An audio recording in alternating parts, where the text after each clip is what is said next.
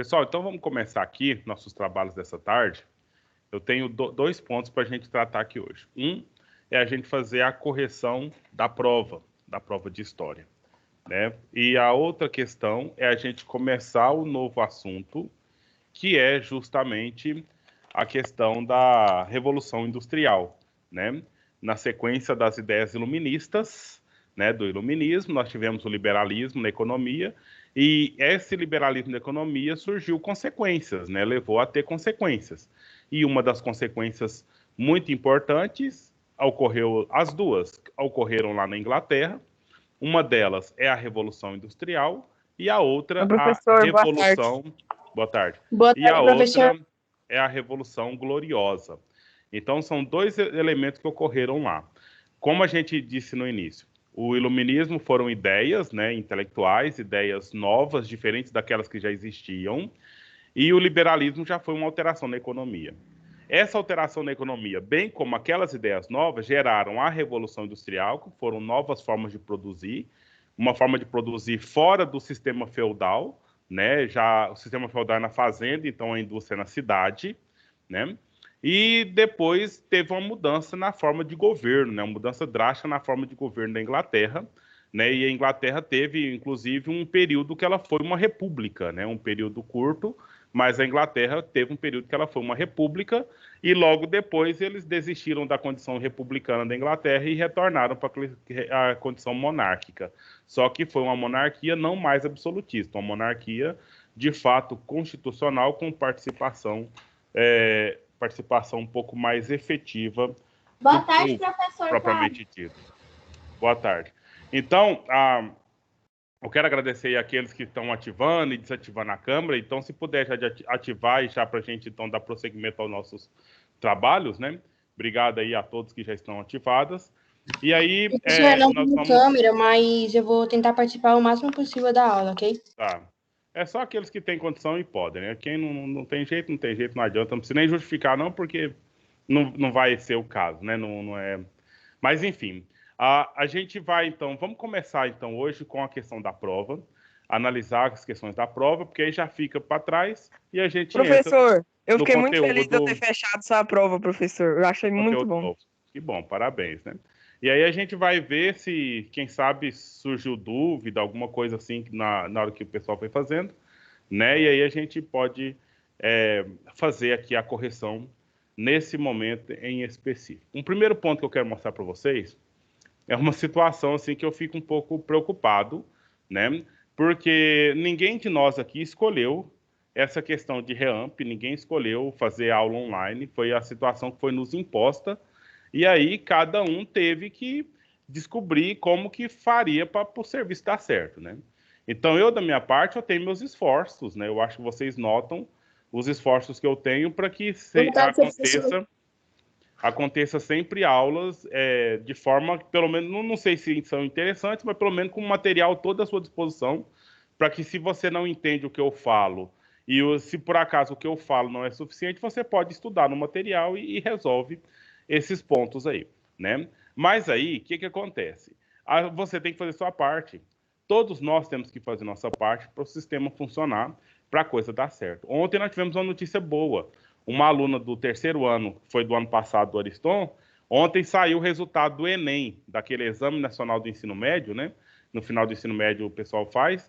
Então, uma das nossas alunas aqui do CPMG, na prova de redação, que vale 1.000 pontos, a menina teve 900 pontos. Então, ou seja, foi uma nota muito alta, e nota assim que entrou no ranking do Brasil, né? E uma menina aqui do CPMG que teve 9 meses de REAMP, igual vocês tiveram o ano passado, né? E com os méritos pessoais dela, e talvez com a nossa ajuda, com as aulas de redação do colégio e tudo mais, ela conseguiu ter uma notaça dessa, né? E se ela teve, então, nota boa nas outras matérias, na ciência da natureza, matemática e tudo, ela pode entrar em qualquer faculdade federal que ela quiser, uma vez que os pontos já garantem isso, né? Então, é isso que a gente faz. A gente, diante dos problemas, a gente faz a nossa diferença aí. Aí, o que acontece? Eu coloquei aqui o gráfico, né? Não sei se vocês rolaram a página aqui do blog até para baixo. Então, o que acontece? Nessa linha de baixo aqui do gráfico é a quantidade de acertos. O mínimo 0 e o máximo 10 acertos na prova. Subindo aqui é o número de pessoas. Então, ao todo, foram 107 pessoas que fizeram a prova de história lá no GR8. Então, o que aconteceu? 16 pessoas das 107 fecharam a prova, acertando 10 questões. 9 questões, 7 pessoas acertaram. 8 questões, 10 pessoas acertaram. 7 questões, 12, né? 8 foram 10. E 6 questões, 22 pessoas acertaram. Então, ou seja, até 6 questões, então está na média, né? 6 questões é 60% da prova. Então, 22 mais 2, 34, 44, 51, 67 pessoas. 67 para 107, então 60% da turma tirou 60% da nota, né? Então, ou seja, uns 40% da turma tirou menos que 60%, tirou a nota bomba para a prova, né? Então, a metade da prova, 26 pessoas acertaram. 10 pessoas acertaram 4 questões, 4 pessoas 3 questões, e nenhuma pessoa ficou com 0, nenhuma pessoa acertou só uma, e nenhuma pessoa acertou só 2 questões, né? Então, esse aqui é o resultado geral dessa questão aí. Agora, uma coisa que me preocupa é a questão do tempo para se realizar a prova. Eu coloquei aqui, olha, o ranking de tempo. Então, teve alguns extremos que nos deixa preocupado e nos deixa tristes também, uma vez que tem algum tipo de corrupção, tem algum tipo aí de... Professor, eu fiquei sabendo que nessas provas teve tempo recorde, professor. Então, olha só, teve pessoas aí que resolveu a prova toda em 1 minuto e 1 segundo. 1 minuto, 1 segundo. Entendeu? Então, tem alguma coisa muito errada nesse processo.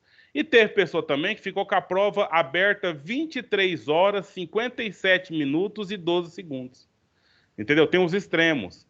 É claro que tem muitos casos que essa pessoa pode explicar que esse tempo aqui, porque ela abriu a prova, aí teve problema de internet, teve que sair fez metade de casa, da prova 1 hora e depois aí depois começou para depois terminar. Então, vocês tinham 24 horas para fazer. 24 não, vocês tinham até 48 horas para fazer essa prova.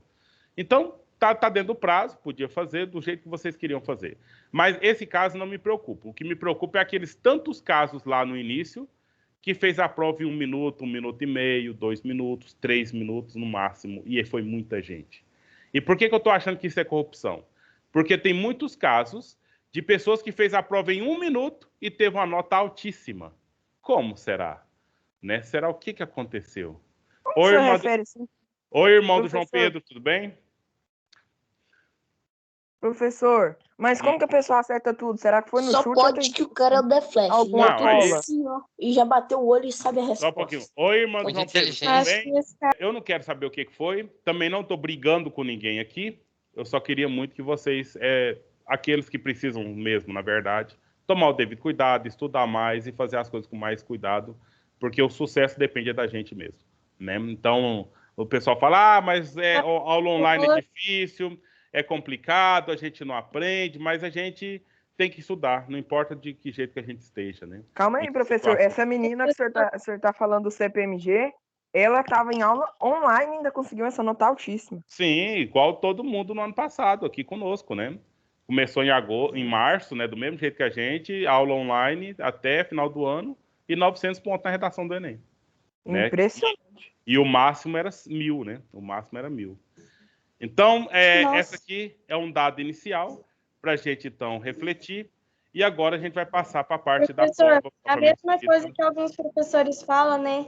Se você está tentando enganar o professor, você não está enganando a ele, você está enganando a si mesmo, né? Isso aí é quase que um suicídio mesmo, né? Porque só tá... Mas aí tem aquela questão. Tem muita gente nossa aqui que está com dificuldade, está com problema, né? Então, é difícil ter aula online, é difícil ter as condições de ter aula online. Eu estou vendo aí, ó, o João Pedro, por exemplo, a mesma coisa da o João presencial, Pedro aí com fone dá no pra ouvido. dar, né, Isso professor? tem um custo, né? Tem uma situação que tem que... não é fácil.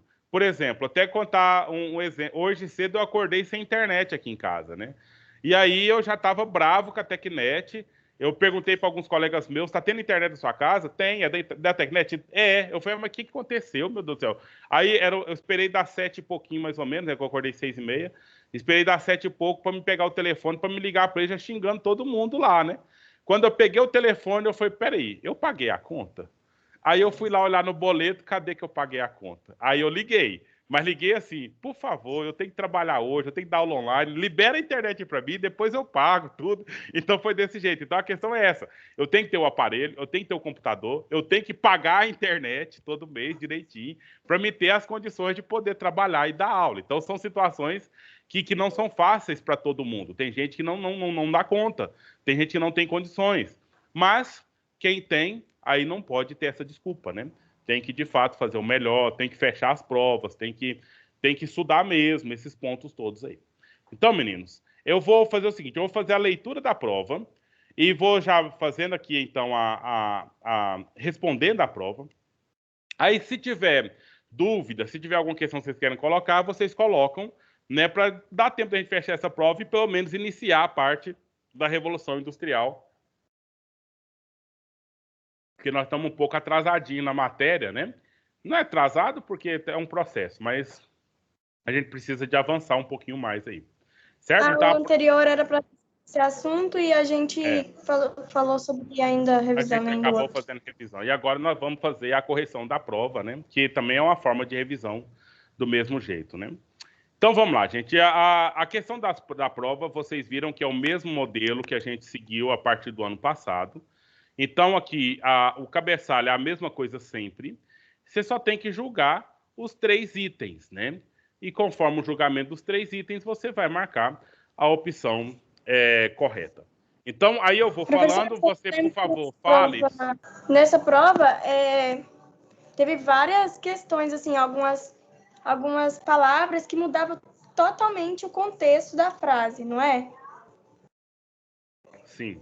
Você tinha que prestar bastante atenção nas palavras. Sim. Esse é um tipo de questão que eu tenho apostado já tem uns 3 anos.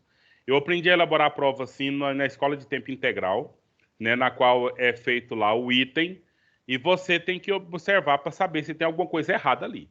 Se tem alguma coisa errada ali, tá falso o argumento. Se tá tudo beleza, tá tudo bem.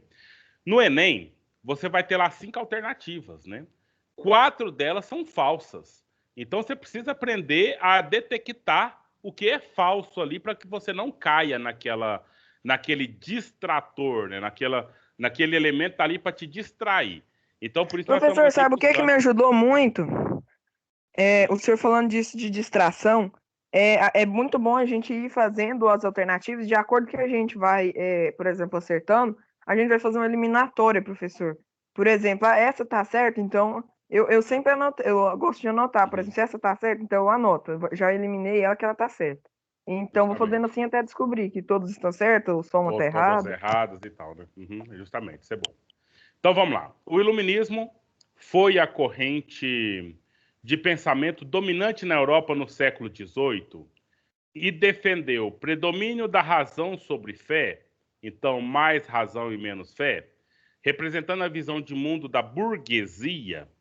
Então, palavras-chave aqui: o ano, a questão da relação entre fé e razão, poderia muito bem ter trocado isso aqui, aí estaria a questão seria falsa. Representa a visão de mundo de uma classe, a classe burguesa, que é justamente a classe que inventou o liberalismo e que inventou a revolução industrial, certo? Então, o primeiro aqui está verdadeiro. O segundo, os pensadores iluministas negavam as doutrinas absolutistas e mercantilistas. Sim, professor. Os iluministas eram contrários a essas ideias aqui. Então, é verdadeira também. Os pensadores iluministas apoiavam os valores liberais na política, professor, e na economia, justamente. Isso é muito óbvio. Então, aqui a questão da burguesia. Todas estão corretas, letra A, no gabarito. Certo? Vamos para número 2. Entre as ideias que antecederam o iluminismo, podemos citar o racionalismo, foi fundamentado no método científico do inglês Isaac Newton. Não, senhor. Quem é que foi o cara que inventou o racionalismo? Foi Se o não me engano, foi o Descartes. René Descartes. Descartes. Sabia. Entendeu? E o René Descartes era físico? Não. O Não. René Descartes era filósofo. Entendeu? Quem era físico? Era o Isaac Newton. Então, no caso, se essa está falsa, essa segunda também tem que estar falsa. Importante, professor, como uma palavra elimina a frase inteira, né? Justamente.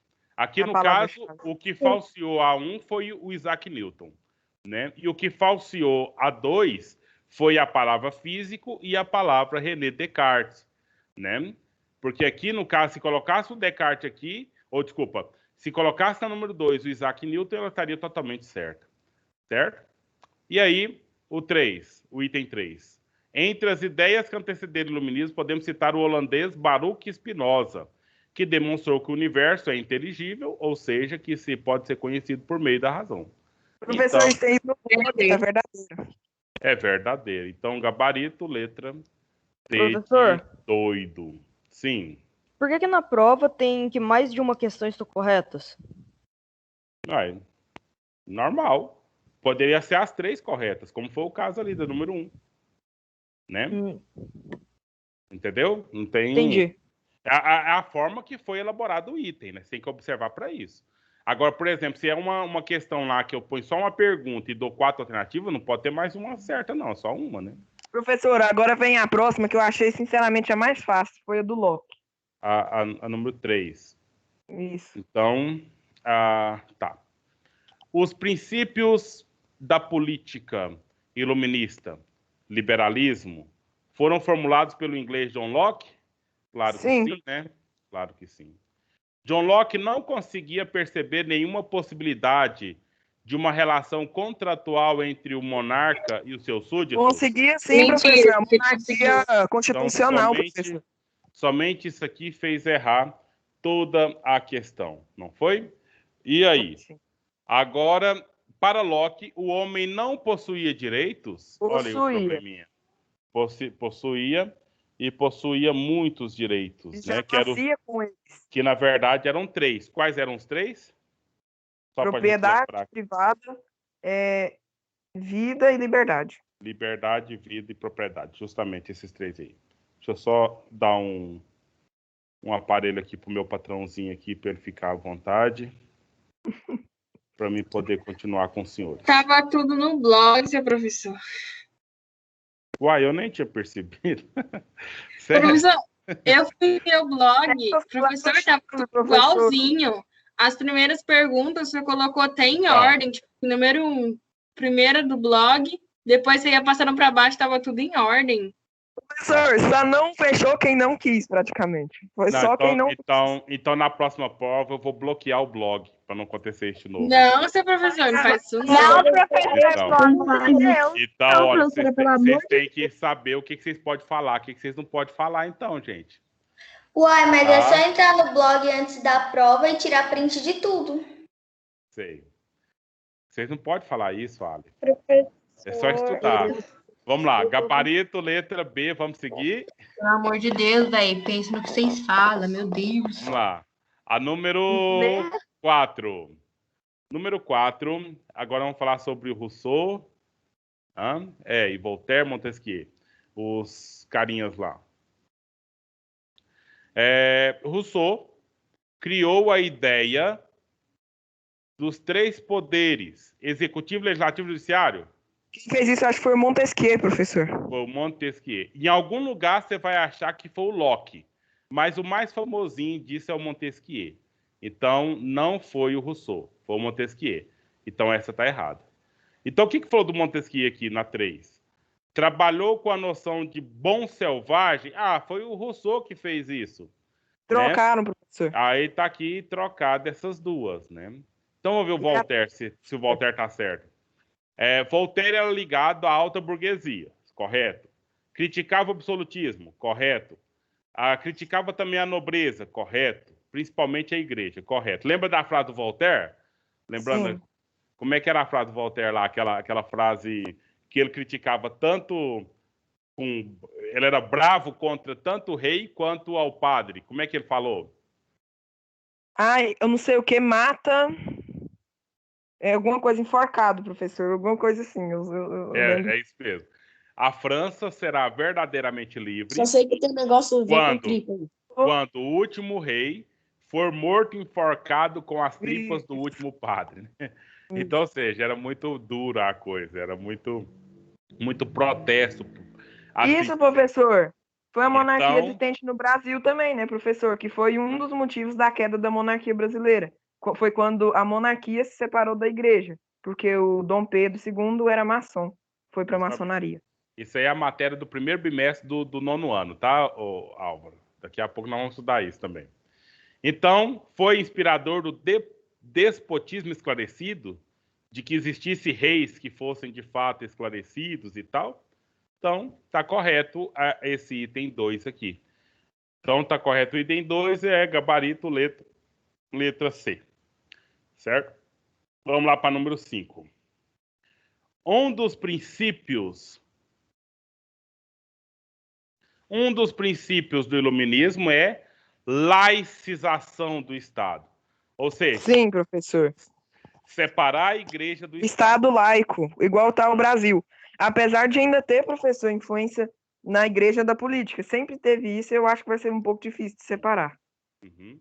Então, a separação entre política e religião. Isso aqui está totalmente correto. Outro princípio do iluminismo é laicização do ensino. Porque quem dava aula era só os padres jesuítas e tal, né? Era um ensino católico, que tornou a educação responsabilidade do Estado e não do clero, dos padres. Verdadeiro. Um dos princípios do iluminismo é liberdade como direito natural, que não pode passar para ninguém. Assim, você não pode perder sua liberdade, né? Dar sua liberdade para outro. Isso foi um dos princípios de John Locke, professor. Justamente. Então, gabarito, letra A. Número 6. Um dos princípios do iluminismo é a manutenção da escravidão. Não, claro, senhor, eles prezavam ter a liberdade, professor. Justamente. Como que eles iam manter a escravidão? Né? Um dos princípios do iluminismo é a diferenciação jurídica, ou seja, existem diferenças entre as ordens sociais e elas precisam ser mantidas pelo Estado absolutista. Justamente errado, porque eles não queriam de jeito nenhum essa separação entre burguesia e nobreza. Porque colocava a nobreza lá no topo, né? E eles precisavam ser mantidos pelo Estado, de acordo com essa afirmação. E não queria intervenção do Estado. Justamente. Então, essa aqui também é falsa. Eles pregavam, na verdade, não a diferenciação, mas a unificação, para que todos sejam iguais perante a lei, tá? Não diferentes. Não com tratamentos diferentes. O terceiro item, um dos princípios do iluminismo é a manutenção da propriedade eclesiástica. Propriedades da igreja, não é? O aumento dos poderes inquisitoriais da igreja, ou seja, a igreja pode pegar, pode julgar, pode condenar, né? E obrigatoriedade da religião, que todo mundo tivesse que obrigação de ter uma religião. Então, tudo aqui está errado. Eles queriam totalmente o contrário disso. Eles queriam tomar a terra da igreja, queria diminuir o poder da igreja e queria que as pessoas não precisassem ter religião ou que nem tivesse religião. Entendeu? Então, todas essas alternativas estão erradas. Né? Letra E no gabarito. A number 7. Então, número 7... o liberalismo é um conjunto de pensamento que surgiu no século XVII e ganhou destaque na Europa no século XVIII. Liberalismo e iluminismo são irmãos, né? São muito próximos. Essa... Tá correto, professor. Eu acho que tem um erro aí. Tá correto. Professor. Tá correto, professor. Tá correto. Pois não. Eu costumo, quando eu vou fazer provas, eu costumo falar... primeiro, boa tarde, professor. Tudo bem com o senhor? Pode ligar a câmera agora. Boa tarde. Professor, Eu queria falar aqui uma estratégia que eu faço quando eu vou fazer provas, que eu acho que seria legal aqui pra gente corrigir, ou a não ser que o senhor queira passar prova, questão por questão. Mas, normalmente, quando eu faço isso nas provas, eu tipo assim, eu acerto bastante, tipo, na maioria das vezes. E eu faço assim, professor, um exemplo aí. Somente a 1, somente a 2, tá correto e tal. Aí eu pego e vejo ali, vamos pegar número 1. Aí eu vejo, se a 1 tá errada, então eu já sei que não pode todas estar corretas e que não pode ser só a número 1. Então, ali eu já sei que pode ser só a C, a D e a E. E aí já alivia duas. Não, isso aí quando você está fazendo a prova, e principalmente aquelas provas de processo seletivo, que tem hora para acabar, e se você não termina, você está eliminado, né? Então você pode pensar desse jeito. Só que agora, nesse momento, nós não estamos com essa coisa, nós estamos querendo qualificar. Nós estamos querendo analisar as alternativas, entendeu? Nós não estamos preocupados... Professor. Só um pouquinho, Álvaro. Gustavo. Nós não estamos preocupados tanto assim com saber o gabarito aqui. Estamos preocupados com entender o que está escrito na prova, tá? É só essa questão mesmo aí. Mas quando essa sua ideia é totalmente válida, essa sua tática é totalmente válida, principalmente quando você tem que fazer aquele tanto de prova ali, que tanto de questão, e o tempo acaba e perigoso não dar conta, né? Então é por aí. Pois não, Gustavo? Eu ia falar só que isso aconteceu na prova de geometria. Apesar de ser muitos minutos, mas foi cronometrada a prova dela, do professor. Uhum. Pois é. Então, correto aqui, Professor, liberalismo, lá item 2. No GR8, o resumo tá certo, né? Sim, sim. Ah, tá. Não, porque tem umas que tá aqui no resumo, aí que, tipo, tem 4 negócios, aí eu pensei, Então, vamos aqui. O seu apogeu, ou melhor, o seu apogeu... Tá até um erro de português aqui, mas acho que não interferiu no entendimento da prova, né? Seria o apogeu do liberalismo ocorreu após a Revolução Industrial, no início do século XIX. Corretíssimo, né? As relações econômicas se deram nesse contexto aqui. A visão liberal de mundo consiste em enxergar que todos os seres humanos são dotados de capacidade para o trabalho intelectual e que todos têm direitos naturais a exercer a sua capacidade. Sim, entendeu? professor. Então, aquela questão. Isso aqui é do liberalismo. É o mesmo que dizer que todos os alunos do CPMG podem tirar os 900 que aquela aluna tirou. Entendeu? Vocês são livres para trabalhar. Todos têm capacidade mental igual dela, né, Todos têm, né? Agora vamos saber se você tem, se você pagou a internet direitinho, se você tem o aparelho interessante que conecta. Vamos saber se você tem aí a sua casa é um lugar propício para que você estude, não é um lugar barulhento, bagunçado e complicado, entendeu? Tem um monte de coisa por trás aí.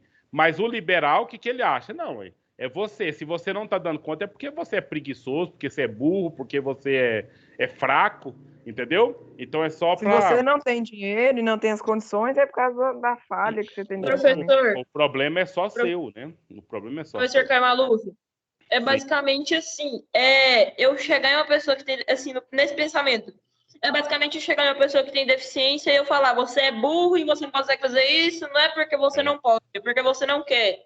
É basicamente isso. Professor, isso é um pensamento muito egoísta, porque tem muitas pessoas que não têm a capacidade de fazer outras coisas. Não estou falando que ela pode ser incapaz de fazer isso, porque a gente tem várias provas aí que pessoas que tipo, têm paralisia das pernas, do corpo, elas conseguem fazer várias coisas, elas conseguem... Professor, elas são seres humanos que nem a gente, elas são pessoas que nem a gente, só que elas conseguem sobressair na vida por conta desse fardo mais pesado delas. Mas mesmo eu assim... tenho um exemplo disso. Pois é, não, eu tenho pessoal... um exemplo disso, professor. Stephen Hawking. Eu não sei se esse exemplo dele cabe aqui, não, tá? Mas tudo bem. Mas o fato é esse ponto aí mesmo, o que o Luiz está falando. Porque tem pessoas que têm toda a capacidade, mas é totalmente limitado. E tem pessoa que tem toda a limitação e desenvolve todas as capacidades. Mas isso é um caso ou outro, né? É um caso ou outro. Não podemos dizer que isso é uma regra geral para toda a humanidade, como os liberais querem dizer e dizem até hoje. Nem todos possuem as mesmas condições de dinheiro, né, professor? Nem todos são burgueses. Sim, mas... tem sim, essa a oportunidade. questão do dinheiro, a questão psicológica, a questão da... Uma série de coisas, né? A sua vida não é um item só, é um monte de itens, né? E aí tem que ver quais são, de fato, as condições de cada um. Mas tá bom. Essas são as ideias liberais, que a gente está só entendendo, né? E até criticando também, como é o caso aqui. Número 8. Vamos seguir. O pensamento liberal em geral visava garantir a opressão estatal sobre a vida das pessoas, ou seja, o Estado dominando as pessoas? Nunca, professor. Isso Claro que não. É o contrário, totalmente. né? Eles querem que as pessoas, que são as pessoas bem-sucedidas, que oprimam o Estado, se assim for preciso, né? E que o é Estado o contrário. que vira para lá, não interfere em nada aqui. Sim, E aí, o 2. Para o pensamento liberal se estabelecer, era necessário buscar e manter viva a visão medieval de governo, absolutista e tal, né? Baseada no poder absoluto e restrito do governante e no severo controle da economia por parte do Estado? Isso é uma facada na alma do liberal, né? Então, claro que não, de jeito nenhum. É muito pelo contrário, né? O item 3. O pensamento liberal buscava manter a sociedade da mesma forma como ocorreu no mercantilismo? Claro que não, eles eram totalmente contra o mercantilismo. Foi por isso que o pensamento surgiu, né, professor? Justamente. Então, todas as alternativas... porque o mercantilismo é o rei que controla, né? E aí, no liberalismo, quem controla é o próprio mercado. Não tem intervenção do rei. Esse negócio de mercantilismo, imagina, o rei, no caso, ele poderia pegar dinheiro do banco, professor, por exemplo, se ele quisesse. Claro. Ele podia pegar, eu quero comprar por exemplo, vamos dizer que está esse mercantilismo fosse atual. Eu quero comprar um jatinho e banho ele no ouro aí, o que tiver. E ainda dizia... Porque ele é o rei ele meio que tinha poder, né? Então ele podia fazer o que ele quisesse. Ele era o rei, sim, o poder absoluto, e ele poderia pôr na cabeça do povo todo de que, claro, o jatinho dele tem que ser melhor que os dos demais. Tem que ser mais bonito e mais caro. E o resto do povo tudo ia aceitar essa ideia. Professor Caio. Ele basicamente usava um hack na vida. Ele tinha tipo dinheiro infinito, porque ele podia gastar o tanto que quisesse. E, professor, uma coisa que eu queria dizer, que eu estava pensando esses dias, como que as pessoas não tinham o pensamento de, tipo assim... Porque, com certeza, professor, os cidadãos e, tipo assim, os soldados também, acho que alguns soldados não aceitavam o que o rei fazia. E se todos os cidadãos e todos os soldados fizessem uma rebelião contra o rei? Porque iria ser uma maior quantidade de pessoas contra uma pessoa, contra, sei lá, 100 pessoas. Que seria o rei e os leais a ele. Uhum. Mas isso aconteceu várias vezes, Luiz Paulo. Nós temos vários relatos, vários registros. Algum outro rei instigou os cidadãos daquele reinado, do outro reinado, para ir contra o rei. Depois ele veio, aquele outro rei veio e dominou tudo. Então tem várias tretas na história desse jeito aí. Mas o que você acabou de dizer aí, de uma forma não violenta, de uma forma na ideia mesmo, foi o que o iluminismo fez. Entendeu? O iluminismo veio com as suas ideias liberais, aí apresentou o liberalismo, as alterações da economia e acabou fazendo, no final das contas, o que você acabou de dizer aí. Tirou o poder total, absoluto dos reis e passou esse poder para as pessoas. Só que de uma forma mais civilizada, né, professor? Vamos dizer assim. Diferente, né? Que aí no sentido foi mais filosófico, mais na consciência mesmo, né? Na ideia.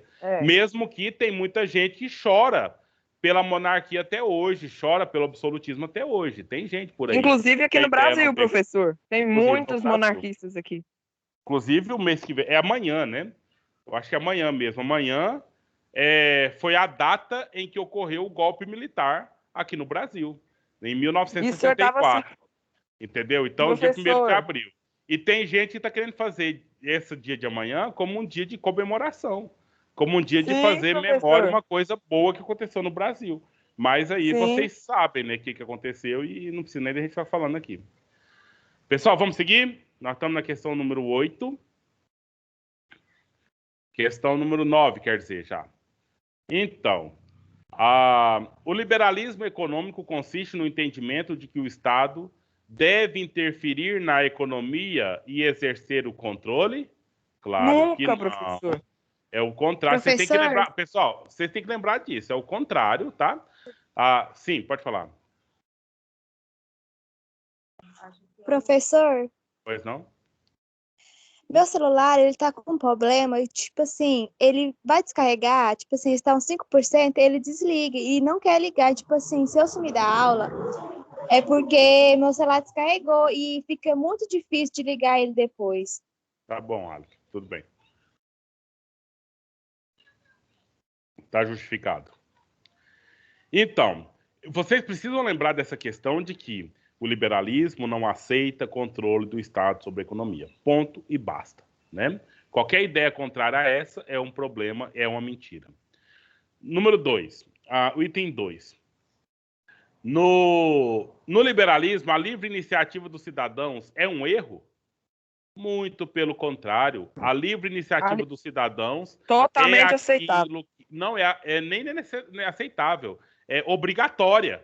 Porque se você não tiver isso, você é o burro, você é o que está negando as suas capacidades, essa coisa toda aí, né? E o item 3, no campo econômico, então o 2 é falso também. No campo econômico, foram as ideias do filósofo Adam Smith que predominaram para estabelecer as diretrizes do liberalismo na economia. Correto, né?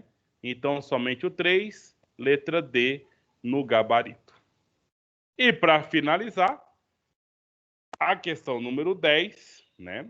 No liberalismo, as pessoas atentaram para o fato de que a vida pública deve ser regida pela racionalidade e não pela religião. Certo, professor, eu acho. Justamente. Sim, certo. Tanto que eles disseram, professor, que a razão é mais do que a fé em outro... Não, e até a questão assim, da gente abandonar a fé, se for preciso. Razão, lá no blog estava escrito claramente, razão sobre a fé. Sim. O item 2. Foi fundamental para o liberalismo a percepção de que existem direitos básicos que devem ser garantidos. E quem falou isso foi o John Locke, chamou eles de direitos naturais. Vida, certo. Liberdade e propriedade privada. Verdadeiríssimo. A Revolução Industrial e o desenvolvimento do capitalismo industrial impulsionaram o pensamento liberal? Sim, justamente. Então, gabarito, todas corretas, letra A. Terminamos. Aí, professor, sobrou 30 minutos para a gente falar sobre a Revolução. Não, é a aula, né? Agora vai começar a aula de verdade. Na verdade... Professor. Sim. Professor, o senhor corrigiu a minha 10 errado, porque eu marquei ela errada. E o senhor colocou que estava certo. Não, tem uma coisa lá diferente, tá? Não foi um erro, não. Foi uma coisa que eu quis fazer, sabe? Por exemplo, mas assim, talvez não vou fazer mais nunca na vida. Se todas estão corretas, né? A1 está correta. Se você marcou A1 está correto. Se você marcou A2 está correta. Marcou A3 está correta. Está correto, não está? Eu também achei isso um pouco fácil, professor. Então, mas aí o que eu fiz? Naquele que pôs todas corretas, tirou 100%. Naqueles que pôs só A1 correto, ou só A2, ou só A3, levou 50%. Foi só uma graça que eu fiz para vocês mesmo, tá? Mas não acredite que isso vai acontecer de novo, não. Então, vamos seguir agora com a parte do conteúdo. Professor Caio. Sim. Professor Caio. Depois da aula, pelo menos alguns alunos ainda vai ter mais uma reunião. Então, quando o senhor for despedir da gente, para alguns alunos vai ser não um bom final de semana, porque ainda vai ter aula, né? Na verdade, nem é depois da aula, é 5 horas da tarde mesmo. Como assim, professor? Eu não entendi essa. Eu tô sem saber de alguma coisa? É os representantes. Porque como assim, Luiz Paulo? Não, é só uma charadinha. Só um pouquinho, por favor. É só o quê? Os representantes que a coordenadora selecionou. Maria Eduarda, por favor, agora aula de história, tá? Essa questão aí da Roberta com vocês é com vocês. Não precisava trazer para cá, não, tá? Aí vocês que sabem aí, quem tem a reunião tem. Quem não foi convidado, saiba que você não foi convidado. Então, pronto, né? Aí é só isso mesmo. Pessoal. Só confundiu a minha voz. É capaz. É verdade, agora estou percebendo isso. Então, meninos, vamos lá. Hoje, porque eu queria esse tempo mesmo, então eu separei aqui bem curtinho mesmo o texto para hoje, tá vendo aí, ó? Bem curtinho, só para a gente, então, fazer a nossa introdução ao conteúdo da Revolução Industrial. Tá vendo aqui o material da SEDUC, 8º ano História, atividade 3, parte 1. Aí, na próxima aula, a gente vai para a parte 2, né? É interessante que essa sexta, mais uma sexta sem aula. Na outra semana que vem, mais outra sexta sem aula, porque vai ser conselho de classe, entendeu? Então, nós vamos ter nossas aulas só nas quartas, né? Aproveitando aí esse momento. Então, veja bem. Vocês querem ler? Como é que tá aí as nossas... Professor, deixa eu ler. Então, começa aí, Gustavo. Lê aí a primeira introdução pra gente, por favor. Foi o seguinte, você lê a primeira introdução e o primeiro parágrafo de uma vez, tá? Aí a gente comenta. Ok. A Revolução Industrial foi um conjunto de mudanças que aconteceram na Europa nos séculos 18 e 19. A principal particularidade dessa revolução foi a substituição do trabalho artesanal pelo assalariado e com o uso das máquinas. Vamos à leitura de algumas informações. Você já reparou como as máquinas estão presentes na nossa vida? O livro didático, por exemplo, foi produzido por uma máquina gigantesca da gráfica, assim como sua caneta, seu caderno e tudo mais que foram feitos em uma indústria. As máquinas são úteis porque ajudam a poupar o tempo de trabalho. A humanidade inventa máquinas há muito tempo, moinhos de vento, rodas d'água, carrinhos de mão, arados, etc. São exemplos de máquinas antigas, porém máquinas ainda dependiam muito do trabalho humano. Esse problema só foi solucionado quando o homem inventou a máquina a vapor. A partir daí, as máquinas puderam ser utilizadas sem o esforço de um homem ou um animal. O aperfeiçoamento da máquina a vapor deu início a uma das mais espetaculares transformações da história, a Revolução Industrial. Certo? Veja que o ponto mais relevante que o Gustavo leu para a gente aí, e que repetiu várias vezes, foi a questão da máquina a vapor. Porque foi justamente a máquina a vapor que foi o boom, né? Que foi a alteração que precisava acontecer para que nós tivéssemos uma chamada Revolução Industrial. Junto com essa ideia está a ideia de tecnologia. Pois não.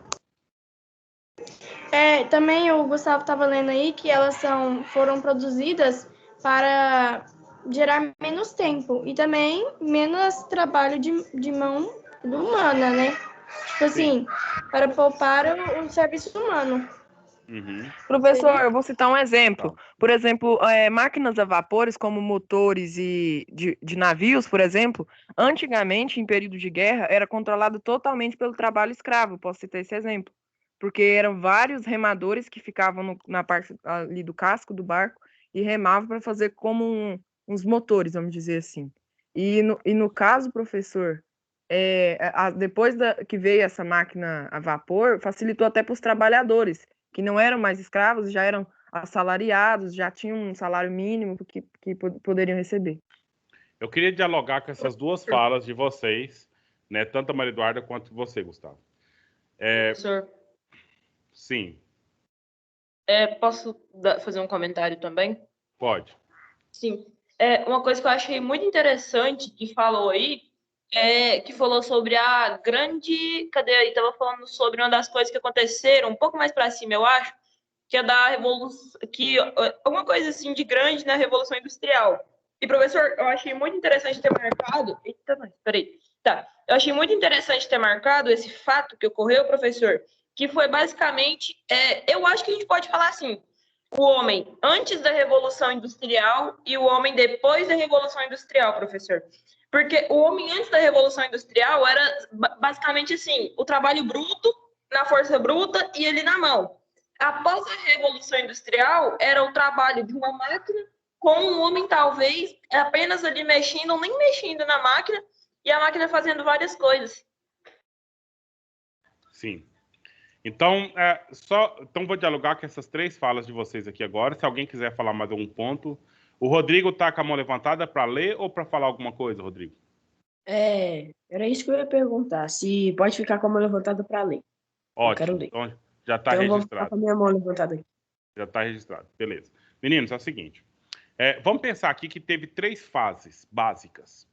Uma fase que era o serviço artesanal, pois o artesão tinha todo o controle do produto. Vamos pensar o cara que faz sapato de couro.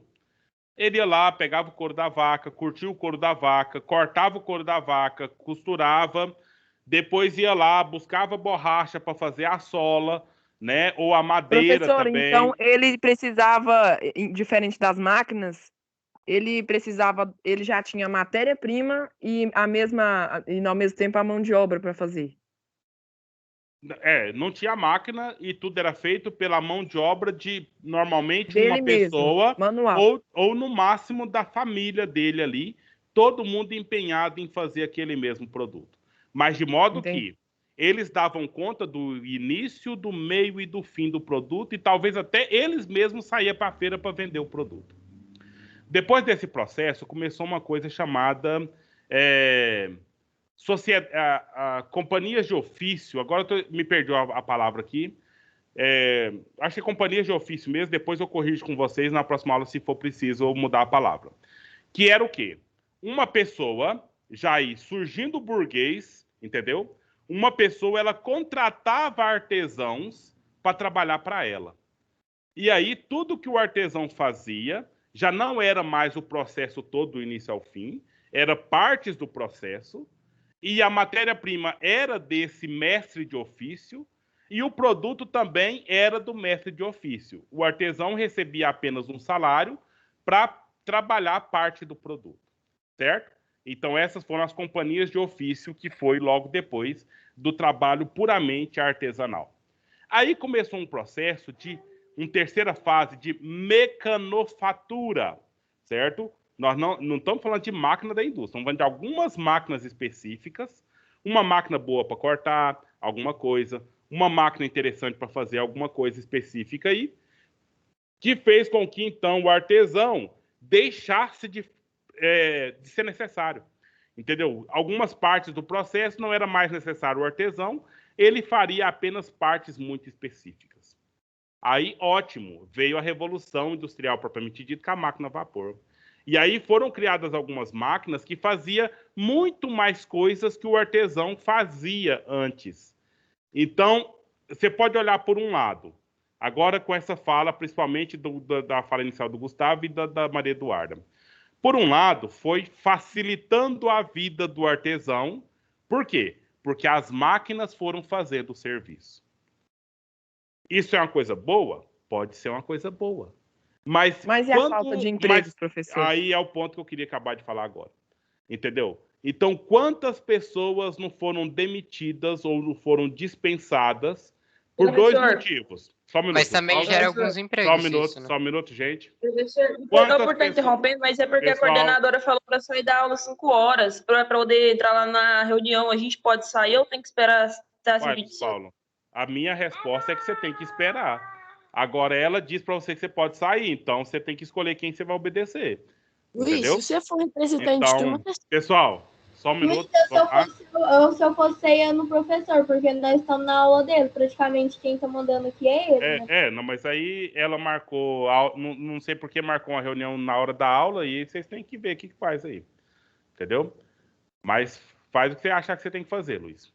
Professor, uma observação. Pessoal, deixa eu só fechar aqui. Só um minuto. Não. Pessoal, nós não fui comunicado sobre isso, eu não sei disso, entendeu? Vamos seguir aqui.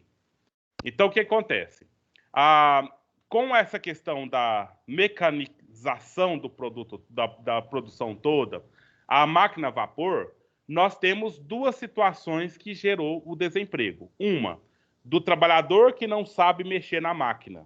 Então, esse é um trabalhador dispensado, por mais que ele fosse um artesão competente, que faria todo o processo muito bem feito sozinho, agora na máquina ele não presta, ele não serve para fazer porque ele não sabe operar a máquina, né? E por outro, né, que precisaria de tanta gente para fazer o serviço, agora a máquina faz sozinho o serviço. Mas aí, como, não sei quem falou, se foi fracasso aí, alguém, também gerou os empregos daqueles que são capacitados para esse processo, entendeu? Então, esse ponto aí de, então agora tinha que ter tanto escravo que precisava de remar o navio, agora nós temos um motor, né, a vapor que faz o serviço, que bom, liberou os escravos, né? Só que você sabe muito bem nesse negócio da abolição da escravatura, como que esse processo pode ser muito doloroso, pode ser muito perigoso, pode ser muito problemático, porque liberou as pessoas, mas deixou elas sem condição de vida nenhuma. Mas, gente, vamos focar só no item aqui, então, para a gente seguir. O que foi... A primeira resposta que você tem que dar para a pergunta, o que foi a Revolução Industrial? Você tem que pensar... Professor? Olha aqui, ó. Não, responde igual está aqui para mim, olha. Para você não esquecer. Primeira respostinha que você tem que dar, que está na sua cabeça e de todos vocês. Posso ler, professor? Pode. Revolução foi... Dessa revolução foi a substituição do trabalho artesanal pelo assalariado e com o uso das máquinas. Tá claro isso? Então, não é mais trabalho escravo, porque o liberalismo não aceita, né, Gustavo? Precisa ser o trabalho assalariado. E aí, não é mais o artesão que faz o trabalho todo, porque o trabalho agora é feito pelas máquinas. O uso da máquina, né? Desculpa. O uso da máquina para produzir as coisas, porque ainda tem os operários da indústria para fazer a indústria funcionar.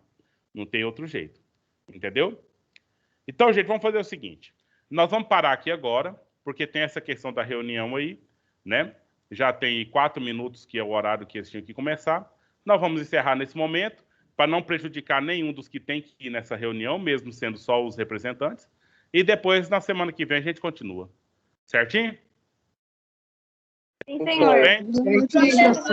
Mas, professor, mesmo sendo representante, aí semana parar que todo vem, mundo para ninguém perder nada, né? E semana que vem começa com a leitura do... Agora entendi. Professor Caio. Com a leitura do Rodrigo, né? Senhor Do Rodrigo professor Fernandes. Caio. Professor. Então, senhor professor Caio. Tchau, professor. Até a próxima. Nós iremos fazer atividade. Eu vou deixar a atividade fechada e vou liberar ela só depois nós terminar a aula, tá? Não, então tá bom. Obrigada, professor. Fique com Deus. Amém. Tudo de bom. Tchau, professor. Tchau, Maria Tereza. Tudo de bom.